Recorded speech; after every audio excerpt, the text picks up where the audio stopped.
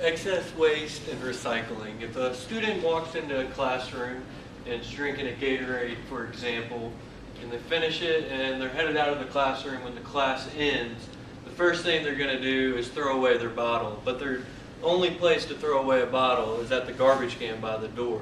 There's no recycling bins, and it's the most convenient thing for them to do is throw it in the garbage and not even care about what's going on after that. So what's our problem paying? Well, only 34% of waste is recycled compared to the 87.2% of waste that's actually created, and that's been this way since 2013. So that means that the plastic production rates are more than the recycling rates. The trash to recycling ratio, we did an experiment. We went around just in the VE building here and counted the trash cans compared to recycling, and the ratio is 2 to 1. That means there's more trash bins than the recycling, and I believe that we should have at least about the same ratio or more if we're wanting to promote recycling.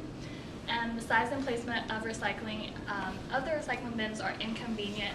Like Noah said, if a student were to walk out with the bottle, they would most likely see the trash can first, and it's more convenient, and they would just dispose of it there instead of a recycling bin. So we need to adjust the size and placements of those, and so there's not enough opportunity to recycle on campus because of that. And what are some approaches / current solutions for this issue? So one of the things that we had talked about and decided is that students really have no incentive to recycle. So we came up with some ways that they could.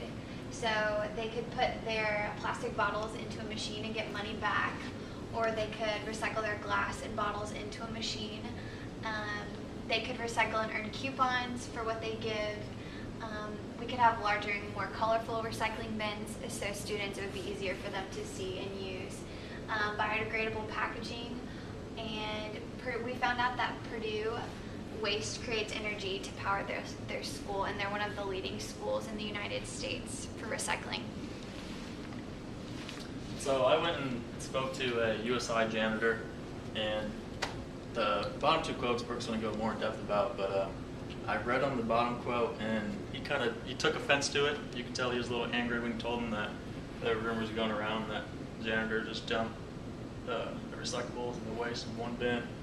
But he said USI could improve from a recycling standpoint, and there's a lot of recyclable items that are found in the trash bins due to carelessness of students and faculty, which prevent recycling rates to increase.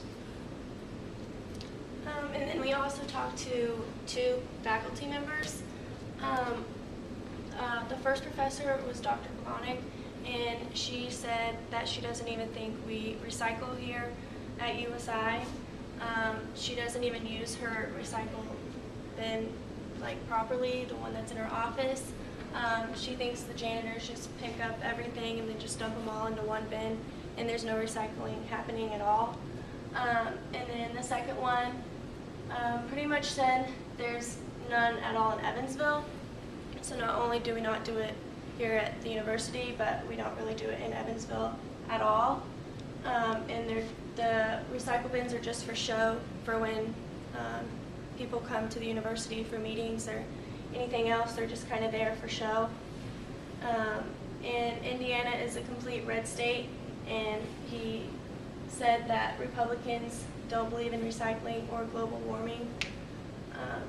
So that's why he believes we don't do a whole lot of recycling. In conclusion, we believe that recycling, specifically here on campus, is inconvenient, and that students would rather throw their waste away as they're walking by somewhere, and that more recycling bins should be put in place.